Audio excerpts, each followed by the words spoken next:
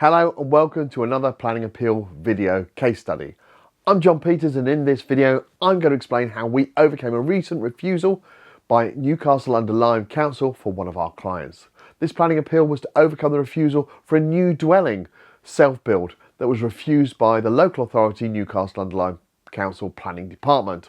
Our client was initially booked in for a free, no obligation consultation to run through the refusal reasons that had been used by Newcastle-under-Lyme Council and to evaluate if an appeal was viable or if an alternative option would be best suited.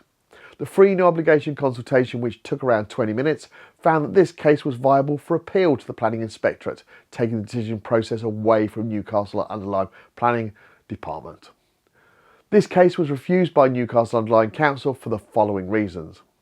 The adverse impact of the development, namely the environmental and social harm from the lack of suitable walking routes to access local facilities and sustainable transport choices, will result in a reliance on the use of private motor vehicles by reason of the site's location. Such harms would significantly and demonstrably outweigh any benefits of the development when assessed against national planning policy framework. Taken as a whole, and the proposal therefore represents an unsuitable development. The planning inspector in this case identified the main reason for this case was whether the location of the appeal site is suitable for a new dwelling. The inspector noted that the appeal site is located outside of any settlements within open countryside. It is, however, close to other buildings, including an existing dwelling and a hotel. The site is served by a vehicular access towards the west and a pedestrian access via an underpass towards the north. Near the underpass access on the road, there is a bus stop. Furthermore, the inspector said the council has referred primarily to local policies. These policies collectively set out that spatial strategy for new residential development and, to a lesser degree, housing numbers. The inspector understood the main aim of these policies is to direct development to identified or otherwise sustainable locations that provide access to services and are not reliant on private motor vehicles. Therefore, whilst the council considers these policies out of date, the inspector still afforded them significant weight. Additionally, the inspector said the council, in their submission, considers that the provision of services and facilities provided by the location is sufficient to accommodate a new dwelling. Moreover, the inspector noted that following a recent appeal, the council considers that the bus route is a viable option for future occupiers to reach their needs.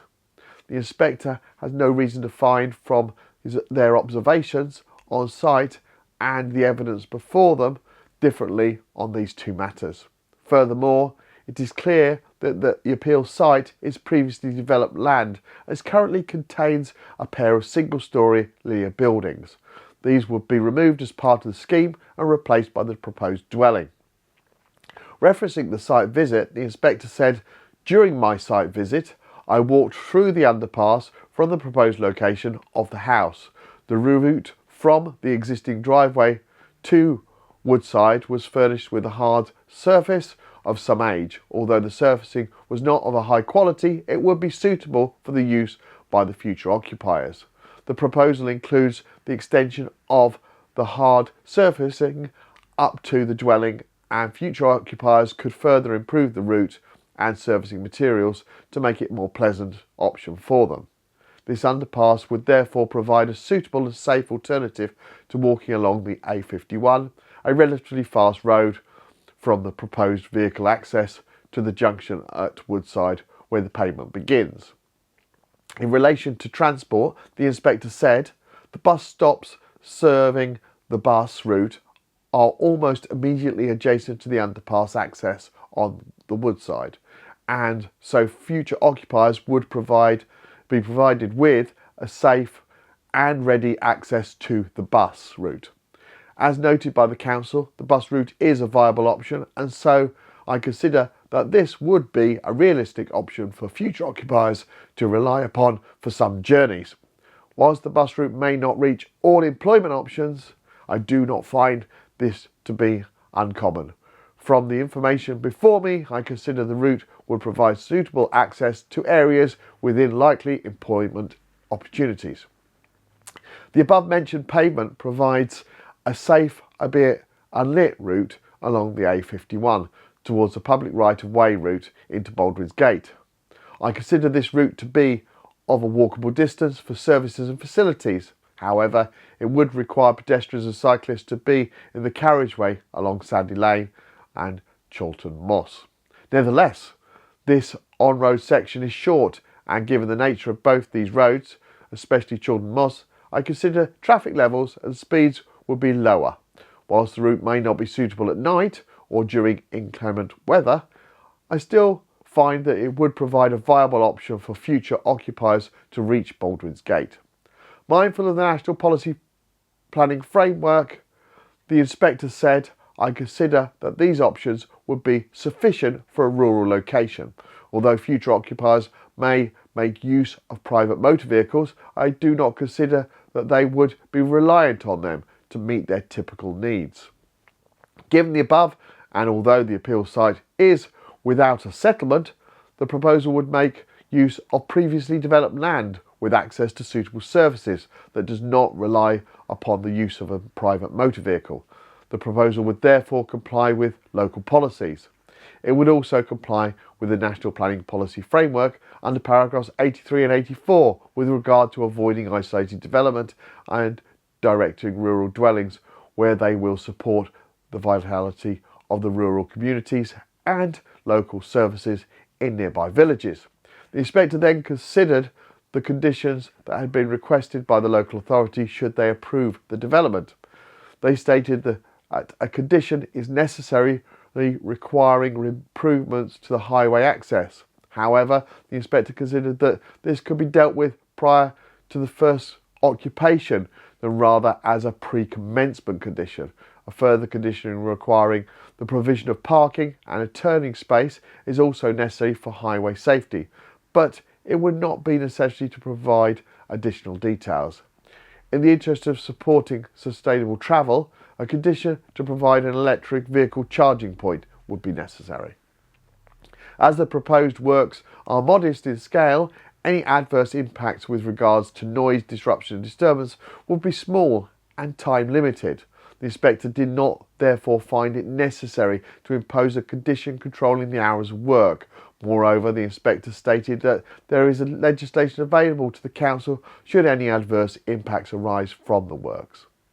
The inspector also said it has not been suitably described why a condition is necessary requiring a noise assessment and mitigation scheme. I consider that the use present in the surrounding areas would not unacceptably affect the living conditions of future occupiers, or that future occupiers will be affected the living conditions of neighbours. Finishing the conditions, the inspector said there is no evidence that the appeal site has been used for industrial purposes at any time. The existing buildings are fairly modest, and any use would have been similarly so. Consequently, the inspector found it is unlikely that unacceptable contamination exists on the site. Therefore, the council's proposed contamination survey would be overly onerous, and a less demanding condition be more appropriate to the scale of the risk involved. Many of you who have similar refusals are repeatedly stating that you've had little or no correspondence throughout the application process, and the first thing you knew was receiving the refusal notice from the council, and in some cases when you received a letter from ourselves.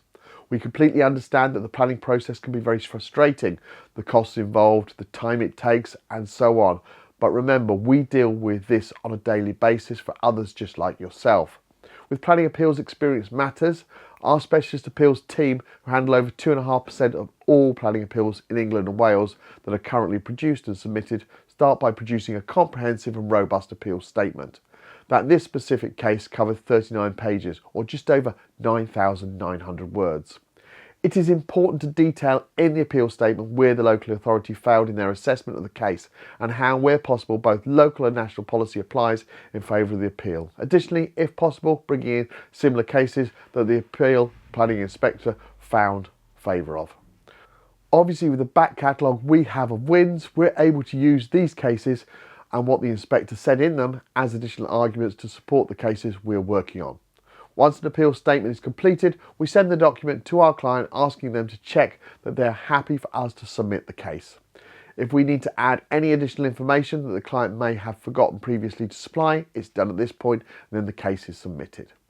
It's vitally important that all documents and representations are submitted on time throughout the process, as failure to do so will result in the appeal not being successful, something we hear about often when people attempt an appeal for the first time. Always ensure you use a professional who has considerable experience of appeals. It is worth asking them for some recent successful planning appeal case studies like you find on our website. Due to the large number of cases we represent, we have a dedicated team that liaises with the Planning Inspectorate on a daily basis. For this appeal, an independent planning inspector from the Planning Inspectorate visited the site on the 17th of September, and we are pleased to confirm that an appeal was upheld and the petition granted on the 16th of October in a 6-page appeal decision notice. If you'd like to find out if we can help you with your planning appeal, complete our online form on our website www.planningappealsuk.com. And our new case support team will arrange for a free no obligation consultation with one of our planning appeal assessment professionals. Thank you for taking the time to watch this planning appeal case study video, and I look forward to producing another one very shortly.